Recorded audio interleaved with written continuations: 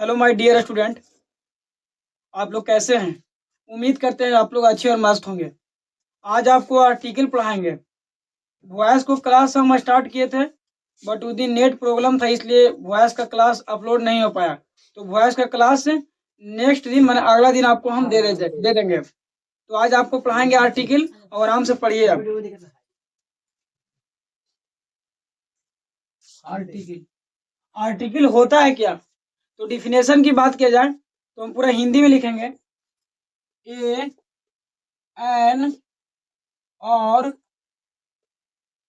The को A N और the को आर्टिकल कहा जाता है। ए एन और द को क्या कहा जाता है? आर्टिकल कहा जाता है। आर्टिकल मुख्यतः दो प्रकार के होते हैं। पॉइंट बना के यहाँ लिखना है कि there are to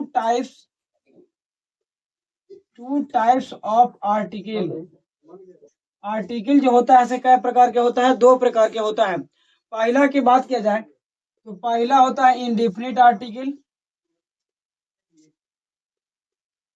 indefinite article और दूसरा जो होता है डिफिनिट आर्टिकल होता है। डिफिनिट आर्टिकल होता है। ए एन और द को आर्टिकल कहा जाता है।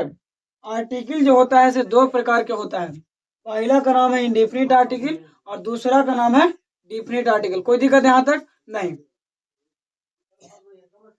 इतना क्लियर है आप लोग? फिर से एक बार रिवीजन कर लीजिए। ए एन और द को आर्टिकल कहा जाता है। आर्टिकल मुख्यतः दो प्रकार के होते हैं। पहला का नाम है इंडेफिनिट आर्टिकल और दूसरा का नाम है डिफिनिट आर्टिकल। अब पॉइंट यही होता है कि इंडेफिनिट आर्टिकल किसे कहते हैं। तो देखिएगा, इंडेफिनिट आर्टिकल ए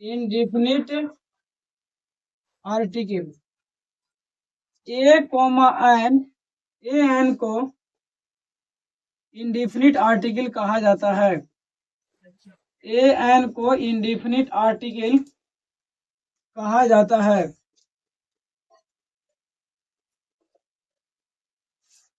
ए और एन को क्या कहा जाता है? इंडेफिनिट आर्टिकल कहा जाता है। अब ये दूसरा जिसका नाम है definite article. Definite article definite article तो याद रखिएगा कि द को डिफिनिट आर्टिकल कहा जाता है। द को डिफिनिट आर्टिकल कहा जाता है। देखिए यहां तक आप लोग क्लियर हैं?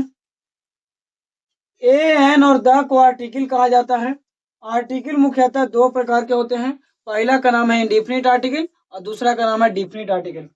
ए एन को इंडेफिनिट आर्टिकल कहा जाता है और द को डिफिनिट आर्टिकल कहा जाता है। यहां तक आप लोग उम्मीद करते हैं क्लियर होंगे। आप लोग इतना क्लियर हैं? अब आपको बताएंगे कि ए एन का प्रयोग कहाँ होता है। डालिए यूज ऑफ ए और एन, मैंने ए और एन का कहाँ कहाँ प्रयोग करते हैं। देखिएगा, पहला लिखिएगा, यदि किसी शब्द की शुरुआत अगर कॉन्सोनेंट से होता है, अगर कॉन्सोनेंट से होता है तो उसके पहले ए का प्रयोग किया जाता है। ए का प्रयोग किया जाता है।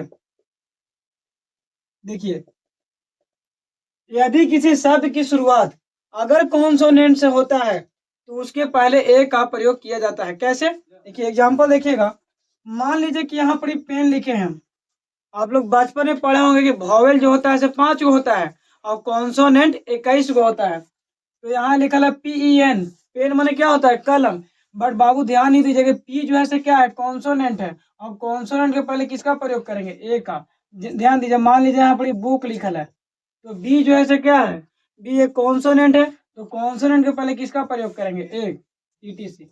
ये आपको अभी हल्का हल्का बता रहे हैं, बाकी जब हम क्वेश्चन प्रैक्टिस करवाएंगे ना तो छाट के हम करवाएंगे बढ़िया बढ़िया। तो यदि किसी शब्द की शुरुआत अगर कॉन्सोनेंट से होता है तो उसके पहले ए का प्रयोग किया जाता है। इसमें ए पेन, ए बुक, कोई दिक्कत। अब आइए दूसरा नियम। दूसरा नियम देखिए, यदि किसी शब्द की शुरुआत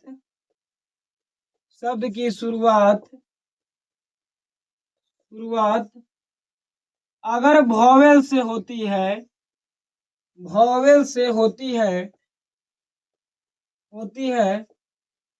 तो उसके पहले एन का प्रयोग किया जाता है। एन का प्रयोग किया जाता है। यदि किसी शब्द की शुरुआत अगर वॉवेल से होती है तो उसके पहले एन का प्रयोग किया जाता है। देखिए कैसे।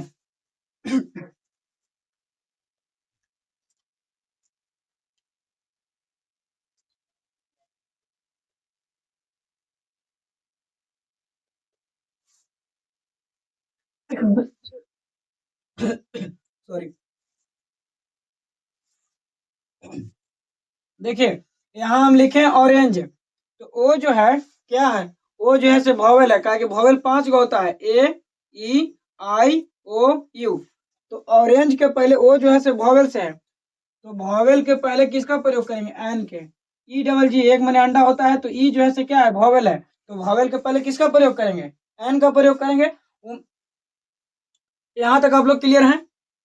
यदि किसी शब्द की शुरुआत अगर कॉन्सोनेंट से होता है तो उसके पहले ए लगाएंगे, और अगर किसी शब्द की शुरुआत अगर वॉवेल से होता है तो उसके पहले एन का प्रयोग करते हैं। कोई दिक्कत है यहाँ तक? अब हम आगे बढ़ते हैं।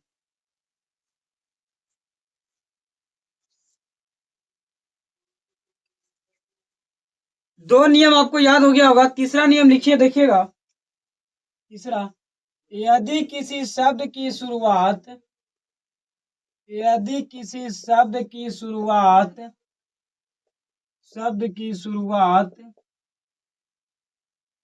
वॉवेल से हो हो लेकिन उसका उच्चारण कॉन्सोनेंट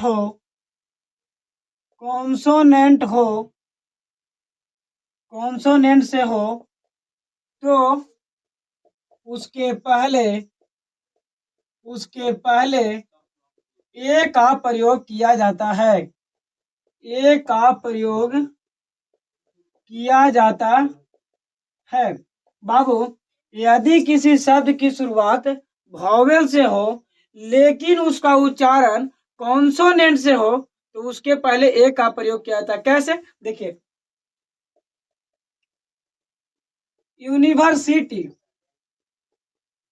ऐसे तो लिखा है यूनिवर्सिटी, तो यहाँ पर यू जो है से क्या है, यू एक वॉवेल है, क्या कि ए ई आई ओ यू, ऐसे यू जो है से वॉवेल है, तो वॉवेल के पहले किसका प्रयोग कीजिएगा, एन का। बट यहाँ पर गलत है, काहे? क्यों? वो यू, इसका जो उच्चारण हो रहा है यू से हो रहा है, और यू जो है यह व्यंजन वर्ग के अंतर्गत आता है, कॉन्सोनेंट वर्ग के आता है, तो इसलिए यहाँ पर क्या प्रयोग करेंगे, यहाँ पर ए का प्रयोग करेंगे। कोई दिक्कत? देखिए, मान लीजिए यहाँ पर रहेगा यूनिक। यूनिक का मतलब होता है अनोखा, तो यूनिक के पहले भी यू है, तो यू के पहले किसका प्रयोग करेंगे, ए। कोई दिक्कत यहाँ तक? उम्मीद करते हैं आप लोग यहाँ तक थोड़ा क्लियर होंगे। क्लियर है आप लोग? ये तो यूनिवर्सिटी के पहले किसका प्रयोग करेंगे, ए का। यूनिक के पहले किसका प्रयोग करेंगे, तो ए का। अब देखिए रूल नंबर अगला,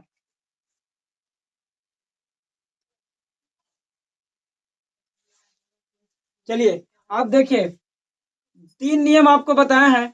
कि पहला नियम बताया कि यदि शब्द की शुरुआत अगर कॉन्सोनेंट से होता है तो उसके पहले ए का प्रयोग करेंगे, और अगर शब्द की शुरुआत वॉवेल से होता है तो एन का प्रयोग करेंगे।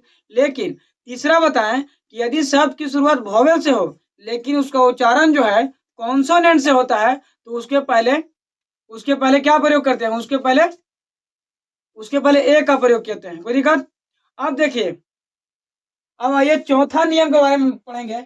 चौथा नियम, यदि किसी शब्द की शुरुआत यदि किसी शब्द की शुरुआत कॉन्सोनेंट से हो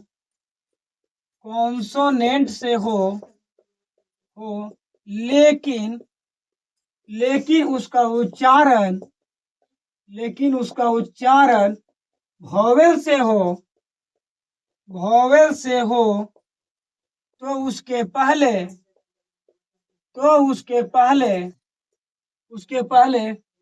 एन का प्रयोग किया जाता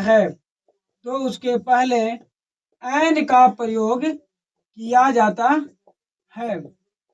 बाबू ध्यान दीजिएगा, यदि किसी शब्द की शुरुआत कॉन्सोनेंट से हो लेकिन उसका उच्चारण जो है से वॉवेल हो तो उसके पहले किसका प्रयोग कीजिएगा? एन का प्रयोग कीजिएगा। कैसे कीजिएगा देखिए, कैसे करना से देखिए, इसका नाम सुने हैं आप लोग? हॉनेस्ट का मतलब होता है ईमानदार। बट देखिए ऐसे तो एच जो है तो कॉन्सोनेंट, एच तो कॉन्सोनेंट है, तो कोई भी स्टूडेंट आएगा तो ये लगा देगा, बट ये नहीं है, ये जो होगा से क्या हो जाएगा? गलत। का है क्योंकि उच्चारण जो हो रहा है ऑनेस्ट पढ़ा जाता है, और जो आज से शुरुआत हुआ ये जो है स्वर व्यंजन है, स्वर वर्ण है, तो स्वर वर्ण के पहले किसका प्रयोग करेंगे? वॉवेल है, तो वॉवेल के लिए यहाँ पर क्या लगाएंगे? एन लगाएंगे। कोई दिक्कत यहाँ तक? मान लीजिए यहाँ पर एम ए लिखल रहेगा, एम ए एम